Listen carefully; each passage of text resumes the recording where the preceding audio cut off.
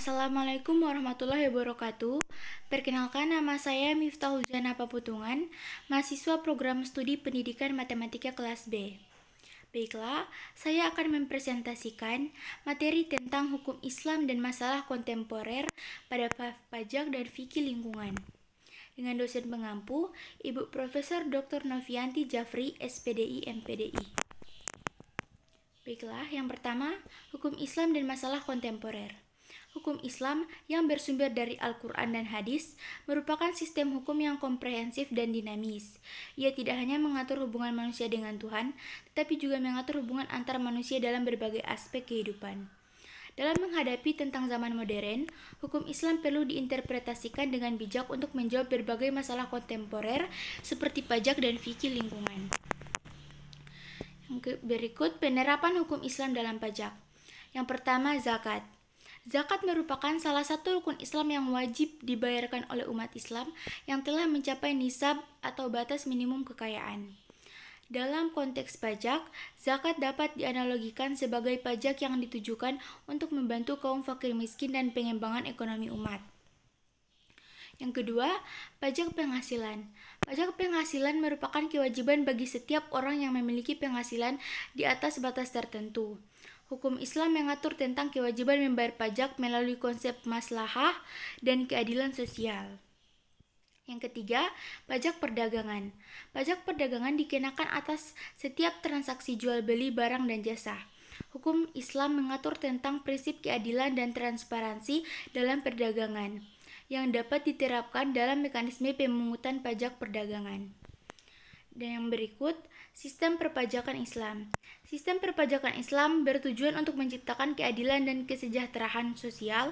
Dalam sistem ini, pajak diperuntukkan untuk berbagai keperluan publik seperti pendidikan, kesehatan, dan infrastruktur. Berikut penerapan dan prinsip dari fikih lingkungan. Baik, yang pertama, prinsip khalifah. Islam memandang manusia sebagai khalifah atau wakil Allah di bumi yang bertugas menjaga dan melestarikan alam. Prinsip ini mewajibkan manusia untuk bertanggung jawab atas lingkungan dan memanfaatkannya secara bijak dan lestari. Yang kedua, prinsip tauhid. Prinsip tauhid keyakinan bahwa Allah adalah pencipta dan penguasa alam semesta, menekankan pentingnya menjaga dan menghormati ciptaan Allah. Prinsip ini melarang manusia untuk merusak lingkungan dan menguras sumber daya alam secara berlebihan. Yang ketiga, prinsip keadilan. Prinsip keadilan dalam Islam mewajibkan setiap orang untuk berlaku adil terhadap lingkungan, baik terhadap generasi sekarang maupun generasi mendatang. Ini berarti bahwa eksploitasi sumber daya alam harus dilakukan dengan adil dan berkelanjutan. Yang berikut, masalah lingkungan kontemporer dan solusi Islam. Yang pertama ada polusi. Polusi udara, air, dan tanah merupakan masalah lingkungan yang serius. Hukum Islam menekankan pentingnya menjaga kebersihan lingkungan dan melarang tindakan yang mencemari alam. Yang kedua ada pemanasan global. Pemanasan global merupakan dampak dari polusi dan kerusakan lingkungan.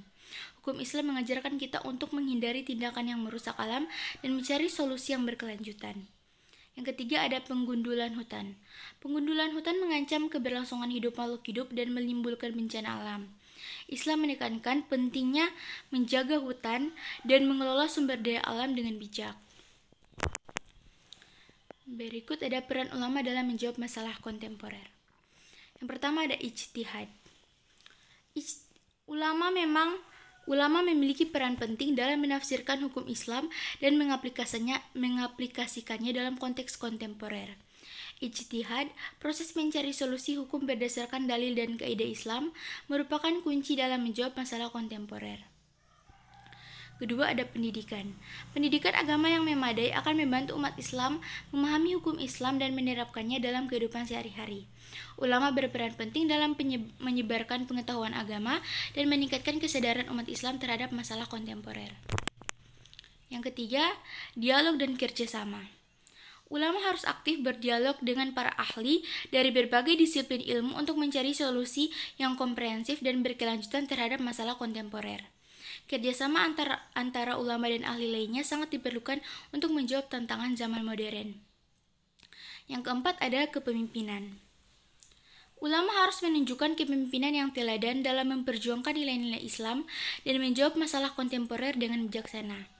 Kepemimpinan ulama akan memberikan inspirasi dan motivasi bagi umat Islam dalam menjalankan agama dan menghadapi tantangan zaman.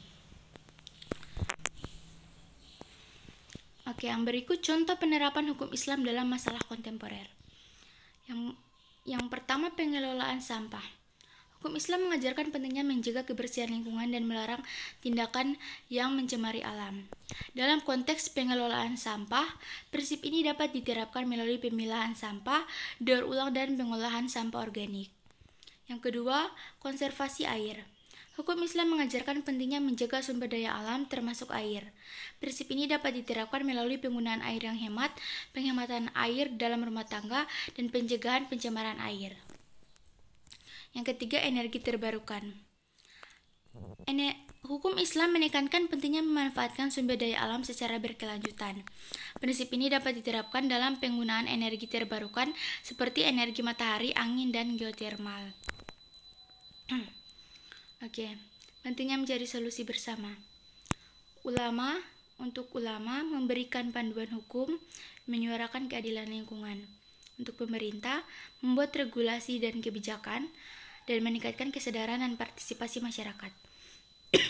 Untuk masyarakat, menerapkan nilai-nilai Islam dalam kehidupan sehari-hari dan menjadi agen perubahan dan pelopor lingkungan lestari. Berikut ada kesimpulan atau penutup dari PPT saya. Hukum Islam memiliki potensi besar dalam menjawab masalah kontemporer, termasuk masalah lingkungan.